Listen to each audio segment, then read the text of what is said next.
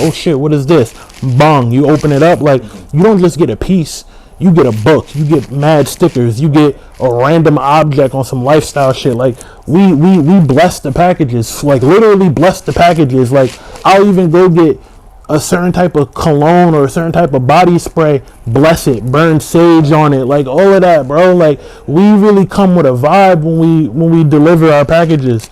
RapDillz Exclusive, come slide. Boy, Kolby in the building. Welcome to the HQ, bro. Yo, welcome, bro. Or thank you. Word. Fact, word. Like, we always wanted to pull up, bro. Ever since you had RapDillz moving, like, you know what I mean? Always been paying attention. I seen, you know, even a few years ago, you was tapped in with the homies Demi and Slim.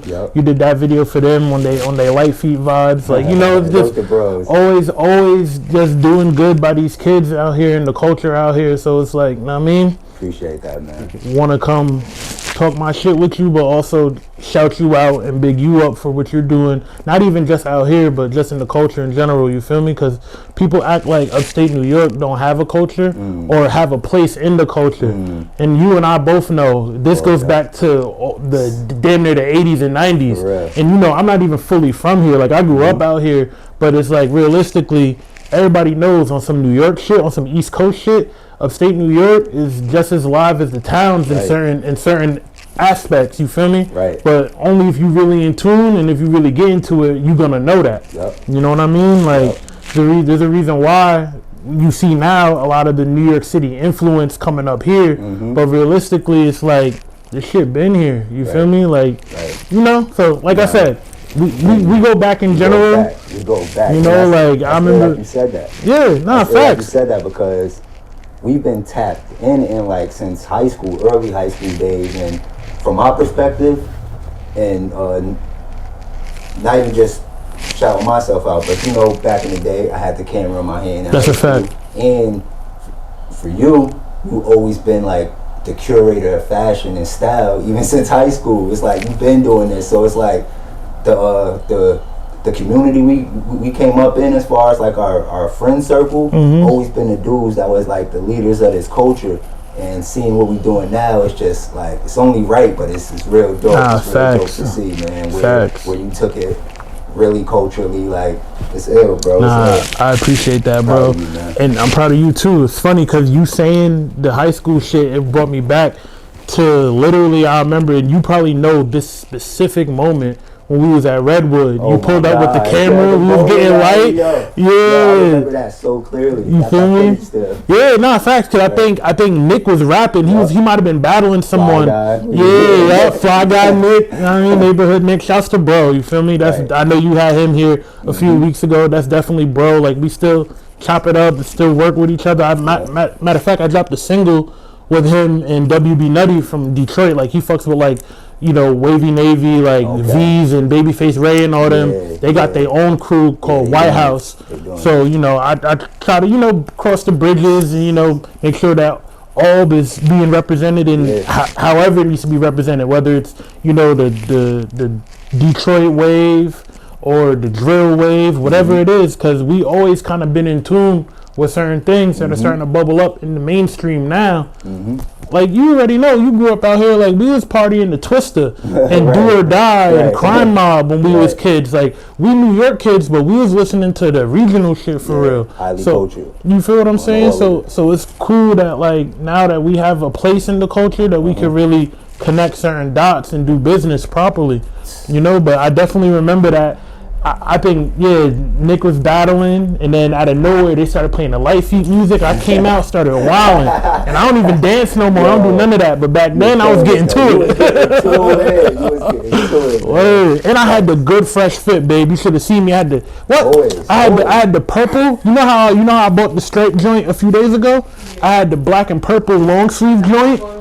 Yeah, exactly. Facts. It was like the black and purple long sleeve. Yeah, this is like 06, 07. That's crazy. It was like the black and purple long sleeve joint, vintage Undertaker joint then. Undertaker joint over, and I had the Barclays on, getting light in a fresh fit. Yo, like, bro, you just brought that back to my mind so clearly. That was a fire night, man. Yeah, bro. Talk at a High DVD. I'm gonna bring that back just so we can. Yeah, Talk at a High. Facts. I didn't even go to Albany High, but I'm in that joint. But like, you was in high school, you used to talk of the High. That's a fact. That's a fact. Because Troy High, I was definitely ringing bells in Troy High. I can't even lie. Fact, bro. That's a Shaker. Fact. And like all that. Just on that, like, I don't know if you would call yourself this, but I called you like a curator earlier today because you're like, you find a way to be into things either years or months before people get into them. Where did you get that talent or that eye for just what's dope in the culture or what's dope in the industry before everybody else catches on? Like, what is that? What's that gift? Like, how do you tap into that? I'm gonna be honest, bro. I didn't even know it was a gift up until like I got a little older, but for real, it just came from me. Always felt like I was being copied, even as a kid, before I really even found like an awareness of self. I always felt like, damn, like the shit that's happening on TV is the shit that I know I do. Like and you know, Monty always laughs at me because I'll tell her like, nah, when I was a kid and I seen Lil Wayne on TV, I'm like, fuck out of here. Me and my niggas do that already. Like, and I'm a kid, bro. Yeah, I'm a kid, but it's like, nah, like, I'm outside with the young niggas that's really bad, really wilding out. But then I also was with the OGs that was really getting to it. So it's like, although, don't get me wrong, like, this is hip hop, and yeah, I looked up to certain things from rappers as a kid, but I didn't have to go far to find influence because all the big homies that was around me, whether it was my moms or the people that my moms was in tune with or the people that my dad was in tune with, uncles or whatever, they always getting fly. They always moving like they was somebody already. Right. But they just, you know, just in the hood get into it, whether we was out here or back in Long Island where we originally from. Like, it was just always something that gravitated me towards that. And then plus I was watching TV, so I'm seeing Snoop and Pac and Biggie and all these other things that look similar to me, but they not doing it in real life to me. Is, you know what I mean? Like, and it's funny because even down to my pops, like back in the day, my pops used to look like Will Smith. Okay. So I used to think while I was watching Fresh Prince that I'm literally watching my dad on TV, and then when he's off TV, like when that show goes off, he comes to the crib to check me. You feel me? So I'm thinking my dad is really somebody. Okay. And you know, in Long Island, he fake is. Like, you know, he plays sports, he ran around outside, like my cousins did their thing, you feel me? So like, you know, I don't come from just nothing, you feel me? But I say that to say like the influence was just so strong in my surroundings that I knew that if I ever really wanted to do something, I had to kind of tap in to what was around me. And then, you know, as I get older and I, like I said, you know, find awareness of myself, I'm like, damn, I kind of want to do what I was doing as a kid. Okay. Not realizing that is a career now. So I remember, like, you know, 2005, 2006, I'm like, you know what? Let me start copping Jordans again. Because that was something that, like, my first pair of sneakers ever, 1991, infrared 6s. Wow. My mom still has the joints. That's like, crazy. You feel me? So it's like, I was born with infrared 6s on my feet, and it's still my favorite sneaker now. So it's like, you know, just wanting to live out certain childhood dreams or certain things that I remember from my childhood kind of got me to where I'm at in regards to, like, keeping a keen eye of what's next, but also just what I like in general. Right. It just so happens that what I like be a couple months or a couple years ahead of certain things. But I don't do it on purpose. I promise to God I don't. I think it's just the fact that I knew, the fact that I found out that there's a bag to it kind of just kept me all the way locked in. Crazy. And from my perspective, I think the most important part to that is the being authentic. That's a fact. Authenticity is key. Authentic, like, you into the things you're into, but you make them cool because you believe that they cool. Like, for instance, wrestling. Facts. Like, you're heavy into that, and we seen, like, lately, like, certain rappers have used that space to kind of like show their creativity. How do you feel about that though? Is like, because you could tell because you watch it, are some of the rappers that's doing it being completely authentic and like you think they actually into wrestling, or are they using that because they know it's such a big space for some people? Like, what do you think? I'm glad you asked me that. That's an ill question. Hero, you know what it is, bro? And it's funny because I be seeing a lot of these rappers out. A lot of them really are in tune. I can't lie. And the thing is you can almost kind of tell by the way they reference things. Okay. Like it's funny because you got bro's hoodie on, like Gun, Westside Gun, them Griselda niggas, them niggas been on it. Yep. I remember when I was doing blog writing for Wrestle Rap in like 2015, 2016, and I heard of them and they follow me, especially Gun. And this is at the time we are pushing our side brand, the ECWWF joint. It's like an amalgamation of the ECW, WCW, WWF. We just kind of smashed it together and made it like a brand out of it. Like on some wrestling streetwear shit before all the shit that you see now. We started it, I think, in maybe 2012, 2013, but by like 2014, 15, 16, we kind of, revamped it. We got the post on Hypebeast. And we're moving, running around with Rosenberg, Emilio Sparks. These are all people that ended up getting jobs with wrestling companies now.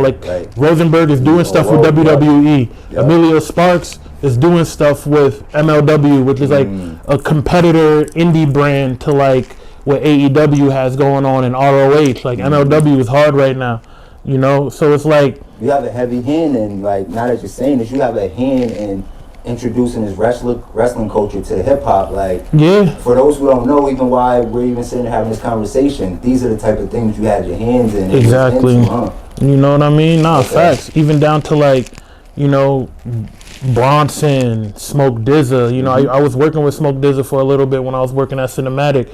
But we knew him because he saw those pieces that we dropped, and he was like, "Nah, I need that." We drove from Albany to Harlem to give him some pieces. He didn't even have to pay us because we just fucked with him like that, and I still do. Like when niggas call him Uncle Smokey, like that's bro. You feel me?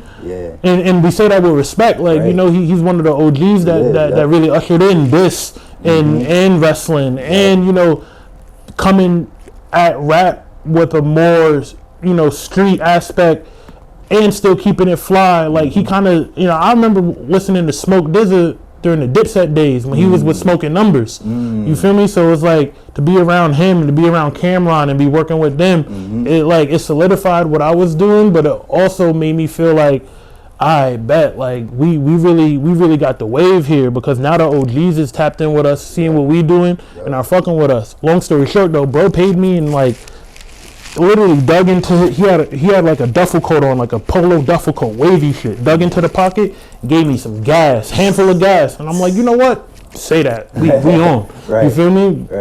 We spent the rest of the day in the city just vibing, went to MoMA, did other shit, just chilling. But so it's like things like that, you feel what I'm saying? Like let me know, like we really got it here, we really on to something, now we gotta push. You know what I mean? Never really, the thing about me until recently, I never really rode the wave of my connections so tough. Link with you, say what up, kick it a little bit, dip off, handle some other business. If you want to fuck with us again, cool. You got our number, you got our social media. You feel me? Like I don't like to leech on the niggas' vibes. Like there's a lot of different people who I met and got in tune with out here in this culture. And I'll kick it with them and say what up to them, but I don't treat them like I'm too familiar. You feel me? Like I done been around Rocky a bunch of times, been around Joey Badass a bunch of times. I don't get too familiar. You feel what I'm saying? Be cool with these niggas, say what up. You see them, they see you. Alright, that's it. Keep it moving. Like if niggas want to work, they know how to hit us. If niggas want to whatever, they know where we're at. You feel me? My fault if I'm fucking up the audio or anything. Good. It's a natural conversation, and that's ill what it's turning into and what it's turned into. Like you saying how your family was into fashion and that's what you, and then you being yourself and authentic, and like that all led to like things you're doing now. Let's talk about Black Tongue. Black Tongue is dope, bro. I see big 6'4" shit, man. Yes, sir. Thank you, bro. So that's a part of Black Tongue, the 6'4". The 6'4" is like is like kind of how we brand ourselves outside of using our regular Black Tongue like logos and graphics. You know what I mean? 6'4" represents the ideology that we're coming with and the kind of brand of the culture that we're trying to deliver to our consumers and people that just rock with us. My fault. It really just represents like a higher, literally 64th floor. Like, like we have a higher vantage point. We have a higher viewer point. We live in life a little more extravagantly or differently or whatever the fuck. You know what I mean? Like, but it also boils back to like being, you know, an outcast or being a kid in school. 64, like 64 is the lowest failing grade you can get before you're passing. That's crazy. You feel what I'm saying? Crazy. So it's like, you know, we it's like being the kings of the weirdos, but still being jacked by everybody else. But like, you know what it is when we come through. You feel what I'm saying? It's like, you know the those old school like little high school movies where it's like you got the jocks, you got the preppies, and you got like the fake cool but like dark wavy niggas. That's kind of us. You feel what I'm saying? But we come in different shapes and forms now. You feel me? Like you see hood niggas skating now with different color hair and all of that. Like that comes from us. You feel me? Whether people realize it or not, that's fine. But it comes from us in some type of way, whether people, you know, want to admit it or realize it or not. And I'm not saying directly from us. I'm talking about just the culture where we represent. You know what I mean? That almost counterculture, but now it's the mainstream. It's the mainstream. You feel me? How do you feel about that? Because like we watched it happen from it being one type of sound and one type of style to where like these is the dudes, not that they used to look down on, but they used to be like, you know, how they used to feel, and now it's like literally the mainstream. And you being in it and not even changing yourself, you just still being yourself that you was 10 years ago, and now it's the cool thing to be. It's the cool way to be. How does that feel to see the culture shift that way? I love it low key because it provides a different voice for people who look like me, but maybe didn't have to go through the struggle that I did. You feel what I'm saying? Like, cause at the end of the day, they still going through a little bit of a struggle. Like, Yachty is a few years younger than me, considerably, but he had to go through weird adversity, having red hair in college and it not being quite accepted down south. And he knew he was onto something though. And it's funny cause I remember being an admin for a lot of sneaker pages back in the day. Yachty was one of the kids trying to cop, trying to sell sneakers, doing buy sell trade, like all of that. Like I remember a lot of like Ian Connor, another one. Like I remember a lot of these kids trying to just get fly and trying to figure it out on their own wherever they was at. So it's cool now to see some of these same kids find their own and, you know, get into a groove and influence the culture the way they are. I remember we used to sneak Uzi into concerts and shit back in the day and like little shit like that. Like, you know what I mean? Like the homie Assad who works with Uzi and he was doing some like Louis V collabs before Virgil passed. Like we were blessing him with the Black Tongue 2012, 2013, like going to Philly, fucking with him and the homie Troy. Like Troy is working on Dying and a whole bunch of other like really like progressive collectives and creatives between Brooklyn, Connecticut, Philly, like but we were all in tune with ASAP Yams back in the day. So it's like I'm saying all these names and I'm saying all these different little things to just show like when even though it was a smaller thing then and it turned into what it turned into,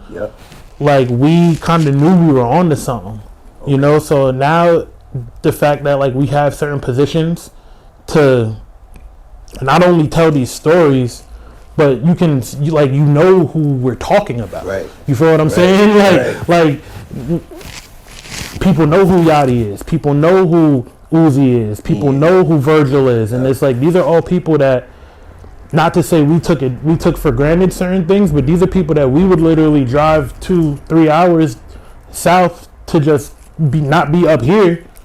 We was running into them on the regular.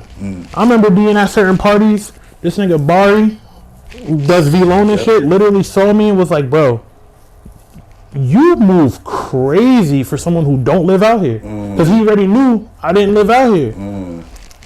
And it's like, bro, like, you know how it is. Like, we just outside, bro. Like, Upstate don't really got the vibe that we looking for all the way. Especially back then. So we was just dipping. Like, you know what I mean? Like, a lot of our, especially as the Black Tongue, like, a lot of our first real like sales and like real like people who wanted to fuck with us and really get in tune with us, it didn't come from here. You know what I mean? Like you ever heard of a rapper from Miami named Space Ghost Perp? Of course, yep.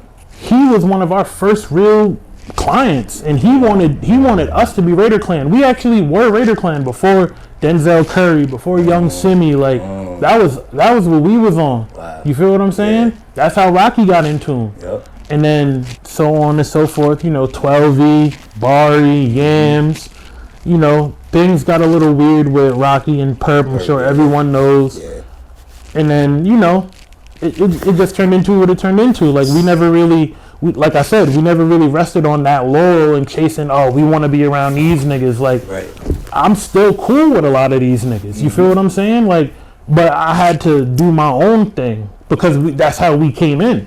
You feel me? And the thing is, it's like, all right, it's cool to be in one pocket of the culture. But if you can penetrate multiple, you really building something. Right. So that's what I really wanted to do. Right. You know, I didn't want to just chase being around the New York City underground shit and being around the internet underground shit or whatever. Like, I wanted to make sure that I was building my own lineage so I could stand on my own too, and that me and my business and the people that are going to come from under us, because I knew what Demi was going to do.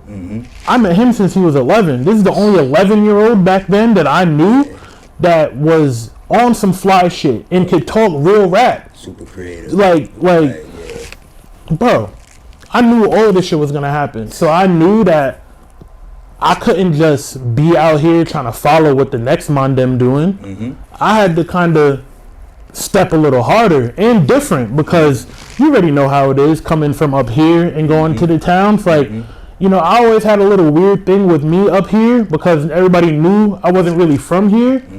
But at the end of the day, I'm going back down to the towns being like, nah, me and my people from upstate. Right. You feel me? Like, nah, it's a different type of timing with us.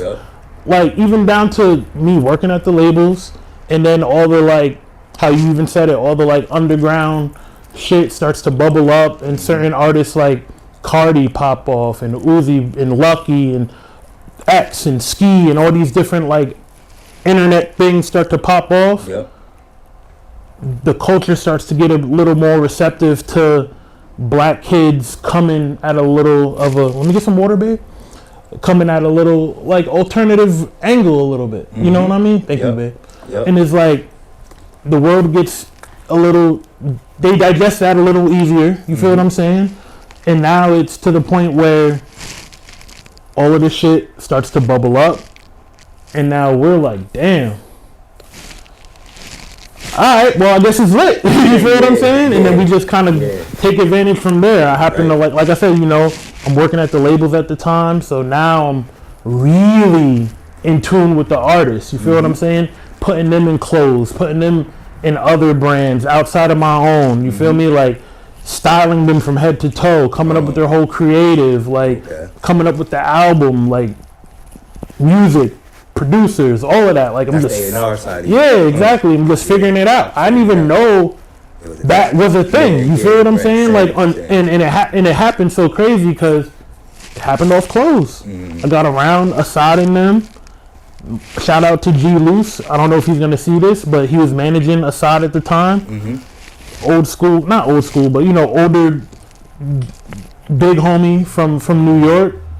Ran around with a lot of wild crews back in the 90s and 2000s. He told me a lot of crazy BMF stories when BMF was running around New York. Like, he's a good man, good sturdy man, you feel me? And it's like, I'm not somebody who's gonna really listen to everyone, but I always try to listen to somebody who's, and it's not to say like on some clout chasing shit. Excuse me. Yeah, not on some clout chasing shit, but it's like I always took an extra ear to people who I seen was moving in ways that I respected, and was doing something that I felt was real. You know what I mean? Because it's like you got a lot of, and it's not just Albany. You got a lot of, you know, older head homies who was trying to do something and kind of made it. So they talking to the young niggas crazy for trying to do something. Like, yeah, nah, young niggas never gonna make it. You know how hard it is. So, and you know how it is. So coming up, you kind of don't want to hear perspective from somebody like that. But at the end of the day, when you see somebody you respect and you see that they move in a certain way, it's like, all right, let me listen to what you're saying. You feel me? So him and a lot of the homies at my, age level that I respected that I thought was doing cool shit was coming to me like, nah, bro, we paying attention to you. Like, niggas was telling me certain shit that I did months ago that I didn't even know. Like, you feel me? And then they found my blog and was like, nah, bro, like, you're in tune with the artist, bro. Like, you gotta, like, this is more of a thing. Like, the fashion shit is cool, and obviously you should always still do that, but you could really do this A&R shit. And I'm like, A&R shit? And I'm like, I always heard about that because I watched your documentaries. I paid attention to Puffy, Suge Knight, like, Irv Gotti, like, all the good shit. You feel me? Like, I always paid attention to that, but I didn't realize that that was something that I was crafting on my own. So I'm like, damn, I didn't think too much of it. I kind of kept it on the back burner a little bit because I always thought that if I'm gonna do music and if I'm gonna do it alright, I need to first really stamp the fashion shit. And I'll be honest, I didn't feel like where we were at the point that we were at with the Black Tongue, I didn't feel like I was really ready to like fake give that up to do music fully. So I slept on it a little bit. I, paid attention to things and kept my ear to what certain people in the industry that I knew already, what they were saying, and followed certain people on social media. I seen that Cinematic was looking for a couple people. I kind of already had I knew Cinematic. Like I said, I mentioned Smoke Dizza. I grew up watching a lot of the content that they were dropping on YouTube early, even down to it. Remember when Dame had Dame Dash, when he had the creative control shit, he's doing all the shit with Currency and the Cool Kids and the Black Keys, like early. I paid attention to a lot of that because, that kind of spilled over to the wave that Cinematic had at the time. And I'm like, all right, let me send my resume through. I was already blog writing at the time, like I said. So, like, I kind of built up a fire little buzz with the blogs and shit, low key. Wrestling, creative shit, like fashion and like different little like, style forecasting shit. Like, I was low key going crazy. I'm mad that a lot of those articles I can't even like get a hold of anymore because the site went belly up. But it was the fire little wave that I was having, you feel me? Because I was doing it while I was up here working at a sneaker store. So I'm on the computer all day anyway. I'm like, all right, let me type up these blogs a little bit, typing shit up, finish it when I get home, collecting 2 checks at the same time. I'm like, all right, this is fire. So then I'm doing that. I send over my resume to Cinematic. They fuck with me. So it's like, all right, let's try to finesse 2 or 3 little things if I can. Ended up having to move. So it's like, all right, I'm dipping from the sneaker store. Like, that's a no-brainer. I'm in the towns now? What? Say less. So, I'm still doing the blog and working at the label at the same time. Just trying to really this is early, like 2015. Maybe late 2015. But it's like, I'm just trying to affect the culture at this point. You know what I mean? Like, the Black Tongue at that point was running for like 4 years. We started in like 2011. Had some cool runs, did a couple collections, was doing like fire lookbooks and stuff. Like, we were catching the attention of Hype Beast and Slam Hype or Slam X Hype at the time. Like, different little blogs like that. Certain people in the culture were paying attention to us. Yeah, true. But I'm talking about the other little smaller blogs back then. You know what I mean? So it's like, all right, cool. Like, we kind of got something going here. I'm like, damn, pivot already? Fuck it. Let's see how I could juggle both at the same time. And so far, I've been doing it, bro. Like, I can't, obviously, it comes with hurdles. This COVID shit was weird. The culture changes now it's like every 3 to 6 months, but back then it was almost like every 2 to 3 years. So it's like, just riding the waves with that, still being true to ourselves and just, stepping in the right direction. Like, but I don't even know if I fully answered your question all the way. I'm rambling like shit, but it's like, to answer it fully, like, I love it. You feel what I'm saying? Like, I love the fact that now the same kids that were being ridiculed and made fun of and all that shit, they have an avenue.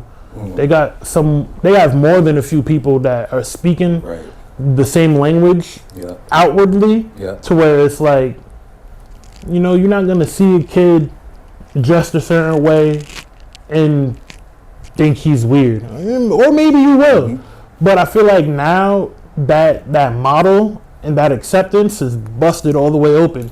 You see the same hood niggas that was looking at us crazy when we were younger for coming to school or going to the bowling alley with certain fits. You see them trying to dress like us now. I see, like, yo, when I seen all these hood niggas wearing V-Long, I started dying because I'm like, one, I know, bro, and then it's like, damn, man, like, oh shit, my fault. Siri tripping. Yeah, facts. So good. But it's like, you know, like, it's just ill to see, honestly. Like, it's a head bust sometimes, and, you know, it still comes with little, like, weird shit here and there. But honestly, I feel like it's beautiful for real, because it's allowing black creatives, not even black creatives, just unspoken for creatives for real. It's allowing them a space and an opportunity to go crazy. And now it's like, I'll be honest, I don't know of too many brands that was coming out of Albany before us. Now you got the young homie Feek with a head of state going crazy. You feel me? Like, we were talking about him off camera, but my artist, It's Over Jordan, he's modeled in hella fashion shows that Feek has put on once they both got to the city. Like, Fashion Week like twice a year. They do it in the fall, in September, October, or like September, right, babe? And then, like, again in February. Twice a year, my boys is putting on shows and walking. You feel me? Like, you see what Rob is doing with Play Dead out here. You see what Demi is doing with Glockstar. The homie Rusty is going crazy with Bad Luck Club. Like, it's a lot of different things that's going on out here. Even if I'm not in touch with it or in tune with it, like, I see the Too Easy kids going crazy. I see what New Envy is doing in Troy. Like, it's a lot of shit that's going on, bro. And the thing is like, I know a lot of these kids, and if I don't know them, I know somebody who's in touch with them, so I see it, and it's like, it's wavy, bro. It's fire. Cause I remember it being so hard for us to get fly out here. I was just about to say, now look what it turned into. Like, it's places out here, bro. Bro, you can go to the mall and get Supreme. That's crazy. And that's crazy, but I think what it's turned into is like, the cool thing to rock now is these up and coming brands. Like, flat out. Anybody that's on they fleece, well, in my eyes, it's like, that's the thing to rock. The up and coming brands, and it's like, they're not looking at them as up and coming brands, they looking at them as the hottest shit out. Flat out, bro. That's crazy how that happens. It's amazing to me.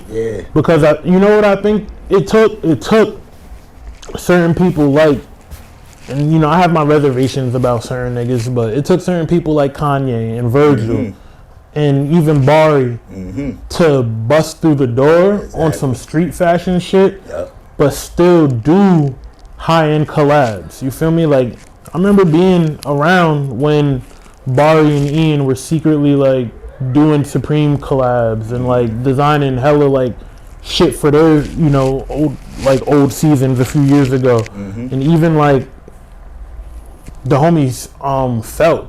I don't know if you ever seen them, For Every Living Thing. I remember being at the cinematic office with the homies Costa and Louis before they launched, and literally, like, they did one of the craziest new era collabs maybe last year or 2 years ago now, with like the butterflies and like the palm trees on the different team hats. They did a bunch of different cities.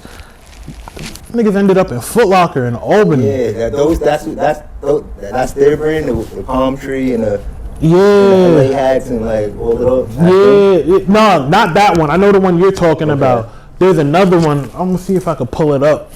But it's like, I remember being at the office with them before they even launched the brand, before they had a lookbook, all of that. You feel me? So it's like, I'm saying this to say, like, when we talk about affecting the culture and really like permeating shit, like it's like it's right here. You know, matter of fact, this is them right here.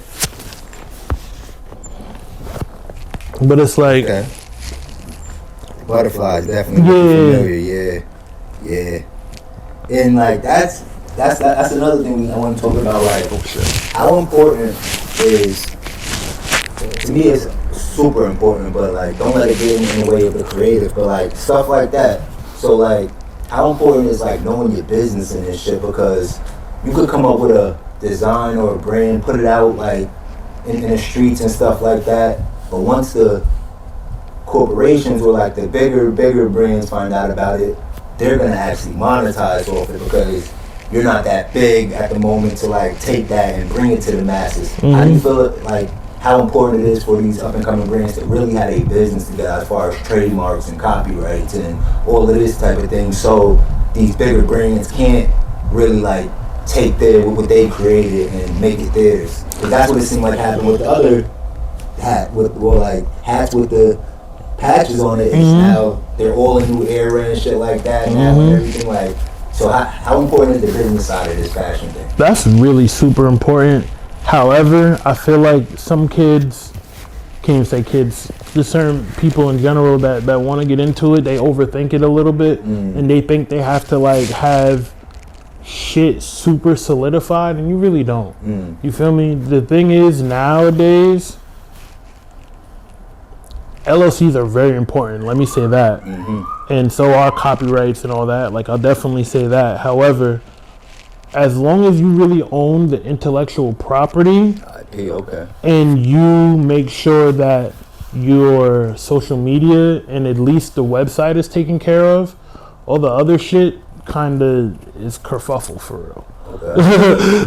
Like, because I'll be honest, like, it wasn't up until a few years ago that I even got privy to certain like official business things. But once I figured those out, I realized like, oh, I kind of already had shit situated in a way to where if things really got crazy, I have X, Y, and Z to show for what we've been doing, who we are, what we do, and X, Y, and Z. You know what I mean? Like, so but I do think it's really important for people to know how to speak to these brands and know how to pivot around the conversation that comes to them. I feel like a lot of times certain creatives that aren't privy to certain knowledge and know how to really talk to these bigger companies, they get hit over the head with jargon and terminology that they've never heard of because the only business that they're really used to like handling is like, you know, like just hand to hand shit in their, you know, town or whatever. So I do feel like being exposed to certain knowledge and having someone to really like chop it up with them, to put them on to certain things before they really try to get their feet wet and jump out the window. I feel like that's really important. You know what I mean? Because I know I didn't have all of that for me when I first started, and I know the hurdles that I had to jump over because of that. You know, I had to literally get turned away from people that ended up really wanting to fuck with me because I didn't know how to carry the conversation all the way at first. I remember certain people were trying to hire me for certain stuff. They're like, what's your budget? I'm like, what you mean? What the fuck you mean what's my budget? Like, you feel me? But now it's like I get it. And now it's like, you know, when I talk to a lot of these artists and, you know, creatives and different designers and stuff, I try to like give them certain game. And, you know, certain people take to it, certain people don't. It is what it is. But I definitely try to, you know, and you see me on Facebook, like I always try to give a little game a little bit. Because, you know, like I said, no, I didn't have no one to tell me. I had to literally go through it and either get turned away or have people half fuck with me because it's like, oh, like I like what he got going on, but he's a little rough around the edges. So it's like I had to go through those certain things to be sure about what I'm doing. Pulling Kolby did that, so hopefully we'll have to go through that. That's a fact. And that's ill. And it's something that Virgil said that I just want to get your opinion on, because I thought it was ill and it made a lot of sense to me. He was like, when he creates, and you probably heard him say this, when he creates, he goes from a perspective with a lot of things he do is that he'll take something great and just change it 3%.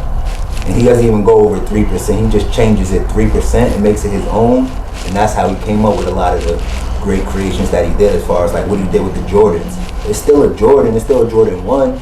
He just did that, and that, and made it his own. How do you think that's an ill way of creating? Just like taking something that's already great and making it your own by changing it only like 3%? I halfway agree with that. Because I do feel like a lot of creativity in general is taking something that's already ill and trying to make it iller. You feel me? So I definitely agree with that. I think for me the 3% shit is a little half-assed. I can't lie, because it's like I don't know. I'm maybe a little bit of an extremist on certain things. I still like to be minimal too, but it's like, man, I'm gonna be honest. I'm trying to go balls deep, bro. I'm trying to fuck shit up. 3% is too light for me. You feel me? Like I'm trying to 300%. You feel me? Like I'm trying to bang shit out and make it my own. But if you know where the inspiration came from, then you know. And if you don't, you don't. It is what it is. Certain things, I think, to his point, like to still keep that resemblance of what it is that people love. So it's like, all right, it's my version of this. Like, I get that. You know what I mean? But for me, it's like, nah, I'm trying to knock shit out the park for real, bro. So where do you see Black Tongue though? Like, is Black Tongue, because it's a super poppin' brand, but is it gonna stay this like this tight community brand that you got, or do you want it to go to a level of an Off-White or V-Lone? Like, what's your vision for V-Lone in the next 5 years? For Black Tongue in the next 5 years. I mean, to your point, I think I don't know if I ever wanted it to be as big, quote unquote, as certain brands like that, especially the way they move. As far as big in general, hell yeah, of course, that's the goal. But I feel like the way I personally want to influence and the way I want to cement shit isn't solely off of just the Black Tongue. You feel what I'm saying? Like, I like having the Black Tongue on some, like, if you know shit. You feel what I'm saying? Like, however, the influence that comes with the Black Tongue, I feel like is already kind of big. It's just now my mission for real is making sure people know that this is from us. You feel what I'm saying? Because a lot of things, especially nowadays, a lot of things get so watered down and revisionist history is so crazy. People can change narratives based on how much fake influence they got or how much money they have or so on and so forth. And it's like, it's cool certain people jack the vibes and jack whatever that comes from whatever we've done or whatever we've touched and then go off and do their own thing. It's like, I tell certain people all the time, like, I already know what it is when I see certain people pull up to the Lower East Side and pull up to Soho that don't normally be there. They trying to soak up the vibes. They trying to soak up the culture. They trying to take the vibes that the young niggas is doing and the people that I be around and the people that I march around with. They trying to soak up those vibes and take it and run with it and do whatever they want to do with it. So it's like, I already like feel that our shit is already the biggest shit in the world, low key, because I see the resemblance in everything. You feel me? Like, Chrome Heart's been a brand since I was a baby. They've been around since 93, 94. But they shit look like my shit now. What brought it back? Y'all making that look and that style and championing it, making that y'all look so, okay. Yeah. You feel what I'm saying? Like, I remember this might have been 2018, 2017, maybe going into 2018, I'm in LA with Comethazine styling him for videos. I see Von Dutch has a store again. They ain't used to have a store. They ain't have a store for a minute in LA. This is my first time going to LA, by the way, when I went, and I already knew they ain't always have a store in LA. You feel me? So I'm like, alright, what the fuck is going on here? Let me see what the fuck is up. Because if Von Dutch is having a store, I'll go in there, buy a couple of things. A week later, Cardi and Uzi do a whole photo shoot in there. My same man who I was talking about before, Troy, calls me. He's like, yo, that young nigga you with is crazy. That Comethazine nigga is hard. Uzi's fucking with him tough right now. I might need y'all to come to Philly and He was like, matter of fact, I know you seen Uzi and Cardi in the Von Dutch shit the other day. Niggas saw your Instagram and went right to the Von Dutch store. Like, now Ed Hardy wants to come back. Chrome Hearts wants to come back. BB Simon is popping. It's all the same shit. It's all the same shit. It's all that old Rockstar Dipset shit, low key. You feel what I'm saying? So it's like, again, like I said, I'm not gonna sit here and say the whole world is wearing Chrome Hearts and shit because of little old me. But at the end of the day, it's like I've been around for certain like culture shifts. I've been around to see certain things get jacked and then to see how it boils over and what it turns into. Now bro, I seen on Facebook the other day that Fubu's doing a collab with Forever 21. Oh my god. It's like all these old 90s and early 2000s brands is coming back. You feel me? Yeah, Carl Kanai, like even the whole SB wave and shit. That same artist I'm talking about, Comethazine, I would put him in SBs in 2017, 2018. Niggas wasn't wearing SBs again then. TSX was out here at the mall. And you feel what I'm saying? Like, you feel what I'm saying? So it's like, bro, like, again, I'm not sitting here saying that I'm the reason for everything at all. But, like, again, I've been around for these certain culture shifts, and I've been... Why, though? Is that why? Because I wanted to ask you, is that why you call yourself the king of hardcore? Type shit, yeah. Like, why type you call shit. yourself that? Literally because of that. Because it's like, if we're talking about hardcore punk, like, and don't get me wrong, that's where it comes from, for real. But it's like, when we talk about the alternative energy that's within hip-hop, I feel like I'm the king of hardcore, yeah. Because I've been around for a lot of these young niggas finding themselves, and I gave them some game. I put them in some clothes. I showed them some shit. Smoke Perp, Uzi, Cardi-ish. X was in my clothes. You feel me? Like, there's a picture with X and Ghazi. X is wearing my Black Tongue jacket that we did from a few seasons before. You feel me? And I know he got it from... There's a young homie named Yappa Bam, fire artist from Miami. He runs around with Smoke Perp. So when Smoke Perp signed the Alamo, I literally had a bunch of Black Tongue clothes just on deck at the time. And I had known them from my days at like Cinematic and Smokers Club. We had did South by Southwest with them in Little Pump. Way before they were even popping, like way before It's Get It and all that shit. Niggas didn't even know who Little Pump was. You feel me? Niggas were there for Cousin Stiz for real. Not Little Pump and Smoke Perp at all. You feel me? But they turned up. They created a whole new vibe in that little shit. You feel what I'm saying? This is South by maybe 2016. I think the hottest thing really is Uzi and Yachty. But these little niggas are low-key about to come up. You feel what I'm saying? So then, you know, it happens how it happens. They remembered me from back then. Bloody O and Dior already helping him, talking about Smoke Perp with, you know, his little creative and shit. But niggas were fucking with me too. So it got to the point where, you know, we're creating his first album under Alamo, Dead Star.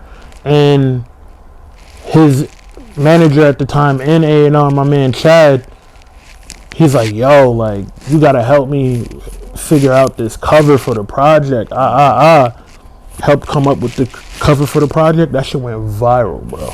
It set the whole tone for what Because what he did was he remade, and I don't fuck with this artist that I'm about to tell you, but he remade a Gigi Allen like picture. It was a picture of Gigi Allen's funeral. Okay. He had the open casket and a whole bunch of like cigarettes and like niggas left drugs in his casket, like all sorts of shit, real rock star shit. But I ain't really fuck with Gigi Allen, but like I know the culture, I know like the hardcore punk shit. So it's like, you know, I helped to put the whole shit together, and you know, with the bros and all that. So it's like, but that one album cover low-key set a tone for how the next couple years with that underground SoundCloud internet type sound bubbling up, you know, to, man, it got so crazy that we were literally right there for the whole Juice WRLD shit, bro. Like literally, like I remember swooping into the label session that another label put together for this nigga Juice WRLD, but it was me and the head of A&R at the time. We pulled up there. They were fucking with us because we already had Juice WRLD at the office the same day prior, just a few hours earlier. He's fucking with me crazy. Another label flew him out to New York. You feel me? Lil Bibby and his brother came to New York. They were managing him at the time. Niggas is just in this office vibing, listening to rap music, listening to drill music, listening to the New York drill music. I'm putting niggas on to the New York drill shit. You feel me? Like, we talking about pop punk and hardcore music because obviously, you know, he had that with him off rip. You feel me? And I'm playing, you know, rap, trap, guitar, loop beats and all this shit, like just catching a vibe with bro. You feel me? So it's like shit like that is the reason why I jacked the king of hardcore shit. You feel me? It's because it's like a lot of these kids who went to become super influential within this like alt rap, rock star rap, whatever the fuck niggas want to call it, I was heavily in tune with at certain parts of their career and helped set the tone for what shit was about to be. You feel me? Like a lot of these kids when they came and still come to New York try to get in tune with me and my boys to some degree. You know what I mean? Yeah, they should. Like, they should. So like, quick question: are you into like the high fashion thing? Like, to a degree, yeah. Because like I feel like, you know, there's levels to it and stuff like that. But we are the culture. What we do is the culture, and even those higher brands, they're reaching out to people like you, exactly, the heads of their brand. So, could you ever see yourself being a creative director for Louis, creative director for Dior or Balenciaga? Like, would you step out? You don't gotta stop your brand to do that. Obviously, for every day Off-White at the same time. Yeah. Would you ever go into that pocket? For sure I would. It just really depends on the approach, what the situation is, but that's definitely like, I'm not gonna say that's the goal for real, but that's definitely like something that I would like to do just cause like I look at certain things already and I'm like, damn man, I wish I could get in tune with them and at least do a collab. You feel me? But eventually, like, hell yeah, I would love to swoop in and really creative direct or even just be head of marketing for one of these companies. You feel what I'm saying? Because that's definitely like that's really the point I was trying to get at when you asked me about like the Black Tongue and shit. It's like, yeah, nah, facts. Like, I want the Black Tongue to be its own thing. I want it to be bigger than anything else I ever did. That's the reason why I treat it the way I do. But the influence that the Black Tongue carries and where it comes from needs to be felt on so many more levels than just the Black Tongue for the Black Tongue to even be as big as I want it to be. You feel what I'm saying? It's like Rick Owens has Rick Owens. But then he has all his collabs and how many different series of his collab. They're like their own brands in itself. Yeah. Then he has the Dark Shadow Diffusion line and all that other shit. You feel me? So it's like, given the fact that I'm a multi-hyphenated creative, I look at it from the creative director and the designer aspect, but then I also look at it from like a businessman aspect, like Vince McMahon or what's my man's name? I'm drawing a blank right now. That's how you know I've been talking too much. Nah, but I love this shit. We're gonna keep going. What's my man's name? I talk about him all the time, baby. In which world? Damn, I can't even remember now. I'm drawing a blank. But it's like you know, people like I said, Vince McMahon, even Todd. You feel me? Like people who have done different things in general, TV shows, marketing agencies, like branding, management, having their own brands, having their own labels. You're pluralist. That's the rest. Straight up. You know what I mean? So it's like, yeah, nah. You know what I mean? It's like the Black Tongue is my baby. It's definitely like I said, it's one of the biggest things in my mind ever. But that's the reason why there's so much other things too, because it comes from that. I wouldn't be able to be an A&R if I didn't have the Black Tongue. I wouldn't be able to even be a project manager and help do marketing and help be a stylist or whatever that whole definition is if I didn't have the Black Tongue. But it's about being able to keep that allure and keep that prestige of it even through all the other shit.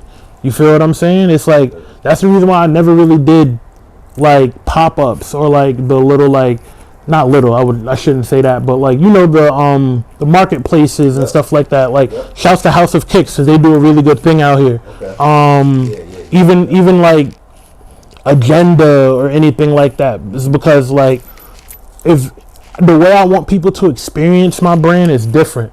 That's part of the reason why I don't even like drop off pieces to people. I'll really tell them like, nah, give me, especially if I'm trying to bless them and send them like a little like marketing package or whatever. I'll be like, nah, send me your address and all of that, because I want you to get it like a gift. I don't like on some like, you don't see me, you just mailman drops it off, you like, oh shit, what is this? Bong, you open it up, like, you don't just get a piece. You get a book, you get mad stickers, you get a random object on some lifestyle shit. Like, we bless the packages, like literally bless the packages. Like, I'll even go get a certain type of cologne or a certain type of body spray, bless it, burn sage on it, like all of that, bro. Like, we really come with a vibe when we deliver our packages. That's the reason why when we drop, I always tell people like, yo, you spend over a certain amount of money with us, I normally say like 200, 250, 300 type shit. Like, you're gonna get another free piece of art, because that's how we came into this fashion shit for real. Like, my partner Toast, he studied fine arts at SUNY. You feel me? Like, he ran around skating, he ran around doing the street art shit from here to New York City. You feel what I'm saying? So it's like, there's a certain aesthetic, and I hate that word, but there's a certain aesthetic and a certain type of energy and a allure that comes with us. It's gritty, yeah, it's street, quote unquote, but in my mind, it's the epitome of the high end shit. You feel what I'm saying? Because there's certain things that, to the point that we were saying all the way back when we first started, it's the shit that I'm seeing the high end brands start to jack now that we've been doing. Even the new streetwear brands. I remember when we first dropped in 2011, niggas thought we were crazy for $60 t-shirts. You could probably explain this to me. I saw Kanye had that Junior. I just found out that was a whole clothing line. Oh yeah, Junior Watanabe. Facts. I knew you were doing about it. I bust my head because like, you seen this song, and now like Zoomy is about to come out with a collection with it. I don't know if that's a good thing or bad thing, but like, shit like I think that's Rocky too though, because Rocky, is he doing Zoomies or PacSun? I know he's doing like artist direction for one of those store like mall brands or whatever.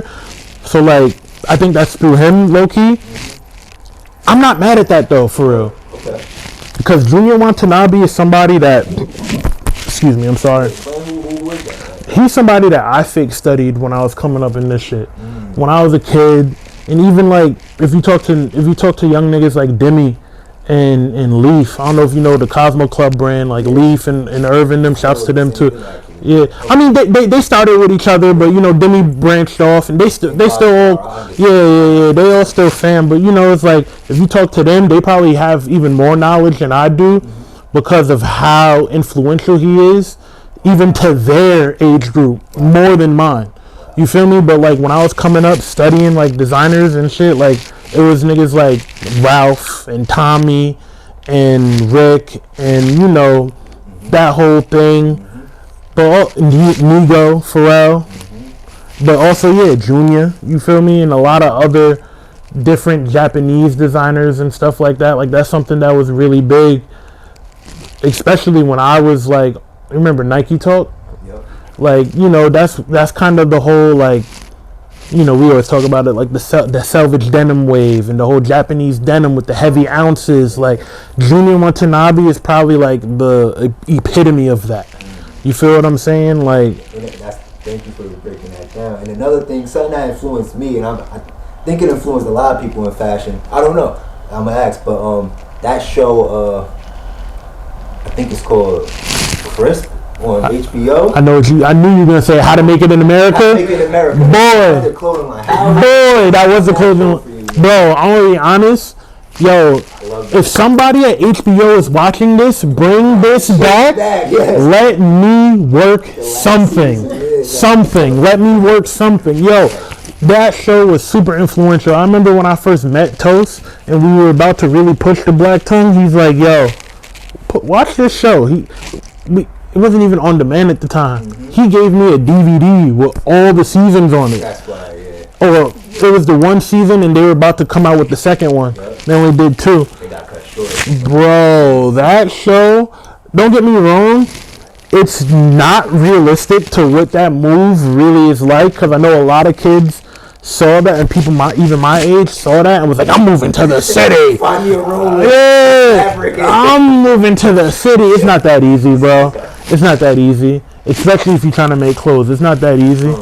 But the influence that show, and I guess the motivation for real, that show gave a lot of creatives at the time, super big. Even now, we still watch certain little episodes when we just at the crib chilling, just because we're out there now. And one, it's so crazy to see how the city has changed, even from then to now, because it wasn't that long ago. But it's just like, yo, like, damn, this was crazy. Like that show was yo. I didn't know who they were watching now. Like, holy shit, that's this person. Yeah, man. Like, yo, even down to like the character that Cuddy played, the character that Luz Guzman played. Like, yo, like, what's his name? Uncle fuck. Oh, with the roster. Yeah, the roster monster shit. Like, yo, like my man Cuddy was selling weed and dog walking at the same.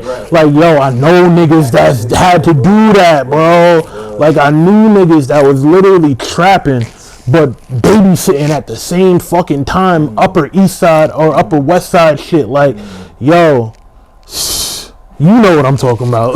Like, yo, like that show was super ill. Nah, facts. Like, and like a question I got for you, what's more important to you? It could be both, it could be one, but what's more important to you? Confidence or competence? Like, you feel me? I'm gonna say confidence for real, bro. Okay. I'm gonna say confidence, cause the thing is a lot of people got to get through the door first. Confidence is going to get you the door. Competence is going to keep you there. You feel what I'm saying? So it's like, and the thing is like you can learn that you can learn competence on the fly, but that confidence got to be in you. It can't be on you. You feel me? It got to be in you. So it's like if you're not exactly sure about what you about to do, don't even try it. You feel what I'm saying? And it's not to discourage anyone at all. It's just to like keep it a band. Like, this is a very precious thing. Like, we don't really got time to waste. You feel me? So if you about to step, you gotta step correct. You can figure out a lot of the other shit on the fly though, because there's gonna be people there that's gonna help you. This ain't a one person thing, and I think a lot of people feel like it is. You feel me? I promise you, it's not. Even if you really feel like it is, I promise you, it's not. You feel me? Like, it really does take a village for real. Whether you designing, making clothes, making beats, like whatever it is, like it's gonna take a village. So it's like as long as you have the confidence for real, and you're not just talking out the side of your neck all the time, you willing to listen more than you willing to talk. That confidence gonna be built in you, and you're gonna be alright. But that I think what I just said is really the key. You gotta listen more than you willing to talk. You feel me? Big jewels drop. Big jewels drop, man. Yo, shout out you, Cole. For real. Shout out. Appreciate you, bro.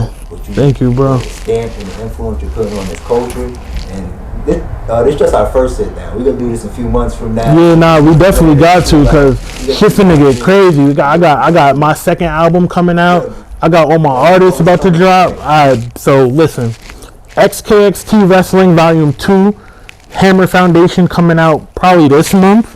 If not, we might hold it till April for y'all, just so really get the spring vibes popping. But outside of that, I have another Black Tongue collection coming in a few weeks. I see the drip. You feel me? Like this is straight from days before the play, but now we about to give y'all the play. You feel me? So 64 Play 2, that's coming in a few weeks. You feel me? Like the homie It's Over Jordan got a whole bunch of singles and a project in the tuck. Lil Baby Suplex got a whole bunch of singles and a few projects in the tuck. Like, you gotta have some of the Glockstar homies in here too. Like, they got a whole bunch of projects coming out. Like Demi, Slim, Loco, Kid Glocks. Like, we got the producers going crazy. Shout out Fake Rich Avi. Shout out Bugs. Shout out Z Coop from out here, but going to school out in Boston. We got crazy placement with this kid from is he from Houston, Texas, named Jays. My fault. Dallas, Fort Worth area, not Houston at all, but it's still Texas. His name is Jays. Fire single that we got with him just this week for real. What else we got going on, man? The producers are going crazy. I'm not gonna lie. Shout out all the producers, whether they from out here or not. Shout out a lot of the artists I'm in tune with. Shout out Rakim Ali. I didn't mention him. That's bro too. He's going crazy. You gotta have him out here soon. Shout out. Oh my God. Definitely shout out Wizmac. Shout out Bay. Shout out. Who am I missing? Damn. Shout out Airline. Shout out, obviously, Neighborhood Nick, you had him already, you feel me? Like, shout out everybody that's really doing their thing, bro. I don't want to sit here and drop names, you feel me? Whether it's 6'4" shit or not, like, shout out everybody upstate doing their thing, going crazy, you feel me? Like, shout out the homies in the towns that's going crazy. We got a lot of shit that's about to come, bro. I'm not even gonna lie to you, whether it's events, clothes, we got Sugar Trap going crazy. Shout out my lady. Like, we got the bakery shit going stupid. Edibles, all that. Drinks. Like, bro, like, it's really a lifestyle shit with us. You feel me? Like, this shit isn't just like I said earlier, it's not just about clothes. You feel me? Like, that's part of it, but it's really lifestyle. It's really culture with us. Like, it's about that. And that's what the 6'4" shit is about. It's about, like, literally the highest form of lifestyle, the highest form of culture. You feel me? It's like, so it's like we only good taste, only good things. You feel me? Like we might come in with straight exotic sodas and turn the party out. You feel me? Like that's just what we do. Like, man. Shout out the homie Big Lettuce too. Facts. That's an amazing white fellow. That's my man. Nah, that's my man's. That's my man's Big Lettuce. You feel me? He's doing this thing out here too. Yo, shout out everybody, bro. Shout out RapDillz, man. You feel me? Like. Doing it for the culture, bro. Good looks, bro. You feel me? Like, we outside, man. Definitely outside. Like, big shit, man. And where could the people, like, but you tell them how to spell it. Where could the people find you online and like where they could tap in with you? Instagram, Twitter, X Kolby. That's Kolby. XX. Try to keep it simple. You feel me? Okay. I had a crazy situation a few years ago. My handle was nuts. I felt like I had to simplify it, so that's what we doing. You feel me? Like, if you remember my other handles, then you probably know what's up. But right now, we just rocking with the X Kolby XX. You feel me? Just keep it simple. If you feel me, if you want to follow the brands, we got The Black Tongue, all one word. The Black Tongue, spelled regularly. The 64th floor, same thing, all one word, spelled regularly. You feel me? 64th floor, as in the numbers. You feel me? Like, yeah, and like, you know, that's really it. Like, we got a whole bunch of things going on, man. Shout out Third Shift NYC too. Definitely gotta shout out the bros, Jordy and Will. You feel me? We got the nightlife shit in New York City fucking turn. I can't lie. Fashion Week was amazing. It was one of our first events back bussing. Like, we did 9/11 like this past September just on some New York shit. We felt like we had to do that. But the Fashion Week situation was like the real kickstart to how we about to body the summer and spring.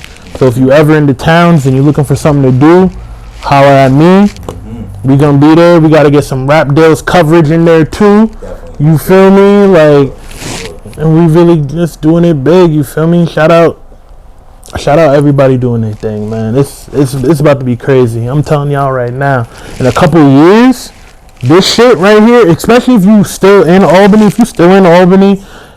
this shit in a couple of years is about to be the next Harlem, the next, like, and I'm not saying that because of the vibes. I'm saying that because if you're really paying attention to certain shit, you see the infrastructure changing a little bit. You see all the gentrification. You feel me? And I'm not sitting here jacking gentrification, but what I'm saying is there's a lot of opportunities that's going to be built within all of that for things like this and for creatives that are doing what I'm doing, but maybe haven't gotten outside like that. For real. It's about to be a playground for that. The colleges are still busting. People forget about that. You feel what I'm saying? But in the midst of all of that, businesses are popping up. You feel me? Tech is big out here. So if you really trying to push something out here for real, don't be afraid to just hop into it. You feel me? There's a lot of people out here with some knowledge and on the internet. So use this. Use your laptops, use your surroundings as a resource, because it's really real out here.